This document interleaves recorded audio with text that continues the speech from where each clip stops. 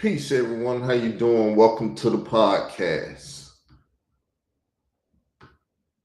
Peace. Thank you for watching the show and stay. Wrong audio.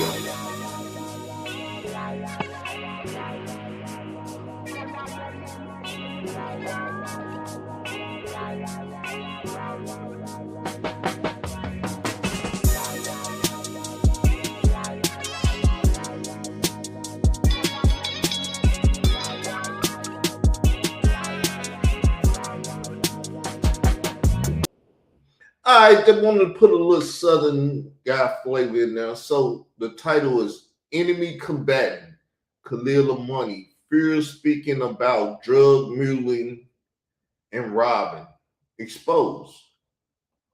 So my actions speak louder than my words. Though my words weren't perfect, I don't never want to do nothing perfect. If I do it perfect, then that means I have no room to get better.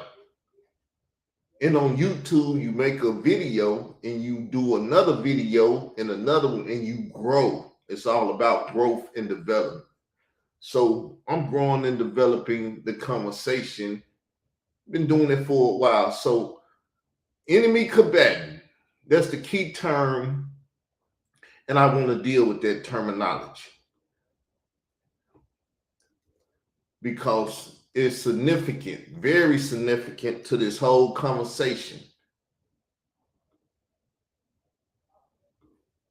An enemy combatant is an individual, often non-state actors or terrorists, who engages in or supports hostilities against the United States, distinguished from conventional armed forces. Used extensively after 9/11, this status allows the U.S. government to detain individuals. To detain individuals. That's why he said he want ICE to come after me, because he said I wasn't a citizen. Was I right when saying he wasn't a citizen? Using this terminology, and you can see where my mind went. He's an enemy combatant because he's into sex trafficking children. He works for the Universal Zulu Nation. Africa Bambaataa, DJ K. Slay, all these people traffic children. I found it out, and he's been my combatant ever since. He didn't turn enemy of the state. Donald Trump said he don't want sex trafficking and all this stuff that people have been doing to go on. That's why he said you went and voted for Donald Trump. And you, excuse my French, you damn right I voted for Donald Trump. And ain't afraid to say it. Because Donald Trump is against the sex trafficking stuff. But he called Donald Trump a pedophile and said this man ain't never been around Donald Trump penis to know what he's been doing or not doing. But he slandered even the president because he think his ties with the Muslim Brotherhood is going to protect him being on U.S. soil. He's an enemy combatant, people. Including citizens, indefinitely, often without prisoner of war, POW, protections or standard trial rights. Key aspects of enemy combatants: lawful versus unlawful. Lawful versus unlawful. He's been an unlawful man all his life. He was a drug mule and a robber before he told on Yahweh ben Yahweh. He won't admit it. If he said he admitted it, show it. Prove to me, because I'm talking to you and you talking about canola news and all this other stuff, but you ain't said one thing about that drug muling and robbery that you committed before you went told on Yahweh ben Yahweh. I told you leave me alone a long time ago. You can't do me like you did her son. Man, I'll drag you all through these streets and your pissy wife. Because I notice you keep talking about my pissy bed, but your big, fat, no good pissy wife. Combatants are members of regular armed forces of a state party, adhering to laws of war. Unlawful enemy combatants are individuals who... And if you don't know, we in a war. We've been in a war.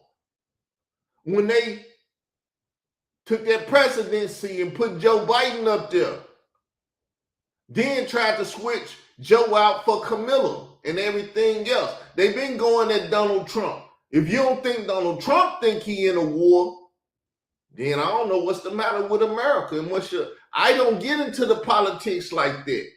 I deal with deals with me.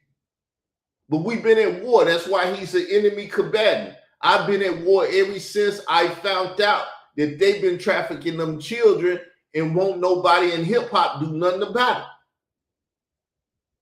Because half of hip hop has been touching on the children. They in them Bambaataa files. Without legal authorization, support, or directly engage in acts of war against the U.S. Legal status. The term gained prominence under the George W. Bush administration and was further defined by the Military Commissions Act of 2006 to include individuals determined to be such by a Combatant Status Review Tribunal, CSRT. Detention and rights. Unlawful enemy combatants do not qualify for POW status under the Geneva Conventions. They may be tried by military commissions rather than civilian courts, often facing indefinite detention. Now, I'm a civilian. Civilian court, because the Constitution give us rights to get us a, what's the terminology? When you get deputized and all that stuff, it gives us the right to defend ourselves and all that stuff. Controversy. The classification has been heavily criticized by human rights advocates for enabling indefinite detention without due process and potentially violating international law. While the Obama administration officially stopped using the term unlawful enemy combatant, the U.S. government has maintained its authority to detain individuals who provide substantial support to enemy forces. Note Springer Nature. So, have Khalil been providing forces and stuff for the enemy? For 9 years now, he's been working with Hip Hop Stands with Survivors, Layla Wheels, Hip Hop Stands with Survivors against me. Like I said, I was sitting on my sister's couch with the COVID, and he started attacking me. And as my Machiavelli video stated, I never thought he was any higher than me in anything. Education don't make you higher than me because you went through the system and learned how to kiss tail to get grades and learn stuff like a rat to get grades and stuff. That's never been my thing. I've always been a person that thinks outside of the box. I've never been to this world. But let me let y'all hear. I'm going to let y'all hear this. This is what made him mad. He started calling the computer a bitch and everything because he wanted to call me one, but he know I'm not one. What if the key witness in a major case wasn't even a citizen and admitted to being a criminal? Today, we're talking about one of the most controversial figures in modern religious history, Yahweh ben Yahweh.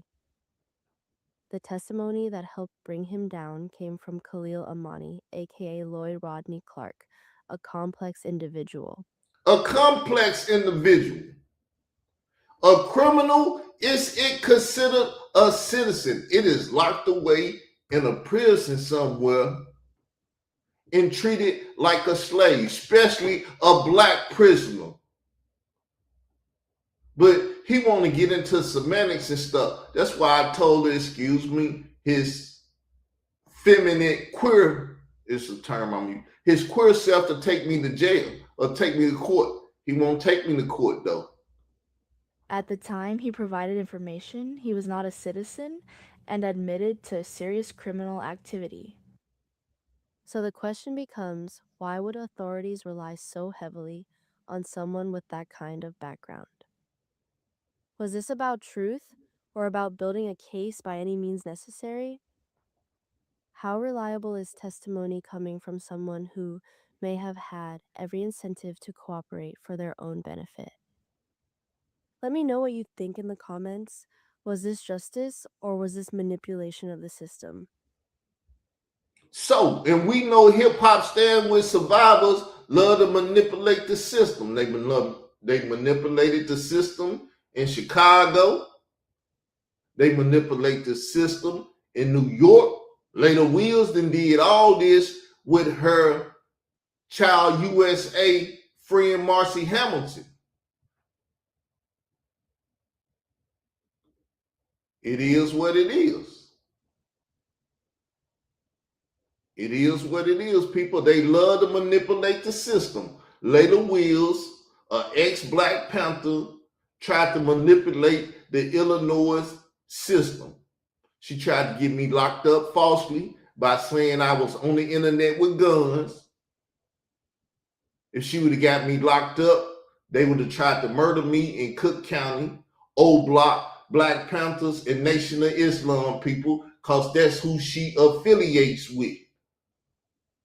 In the Nation of Islam, New Bambaataa was molesting children and doing all that stuff, because when he got stabbed by that young Mexican boy that night, the Nation of Islam was in that hospital. They found out what happened and they ran, because this is bigger than Jeffrey Epstein in the Black community. Bigger than Jeffrey Epstein. It takes you all the way back to Malachi Z. York, Atlanta, full of queers.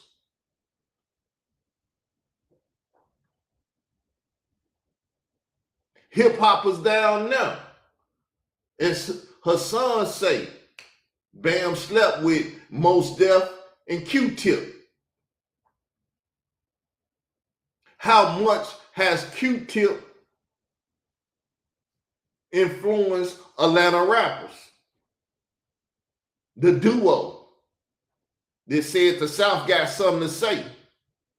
I ain't got nothing else to say. The South finna shut his mouth for a sec. But y'all punting on them things. Enemy combatant.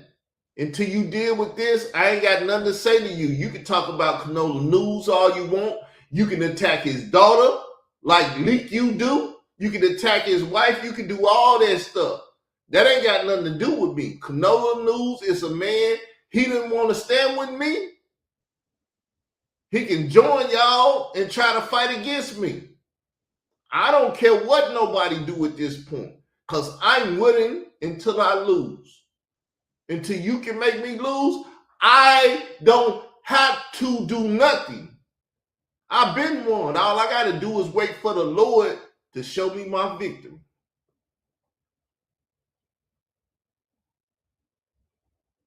Now, the queen is in the side chat, but me and the queen, we wouldn't have the last time we did a show. So you need to stop talking about her too. As I like to tell people, I don't look back. I look forward. I don't stare through my rear view, because I ain't afraid of nobody that's coming after me. In these YouTube streets, in these main streets or whatever, I ain't scared of nothing or nobody. I'm in Parkin, Arkansas. You come here, it ain't big enough for me to hide here. You can find me, but hey, I am not running from nothing. I'm going to protect myself at all times. You know why? Because I know I'm $1 million baby. And with that said, peace. Y'all have a good day.